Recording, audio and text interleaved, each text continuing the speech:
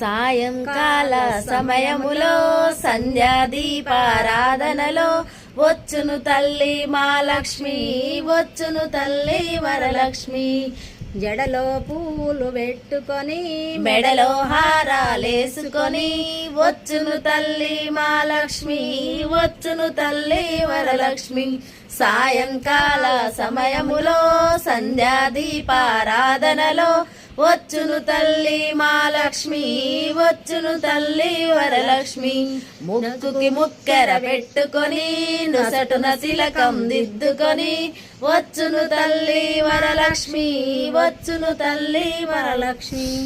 సాయంకాల సమయములో సంధ్యాదీపారాధనలో వచ్చును తల్లి మహాలక్ష్మి, వచ్చును తల్లి వరలక్ష్మి.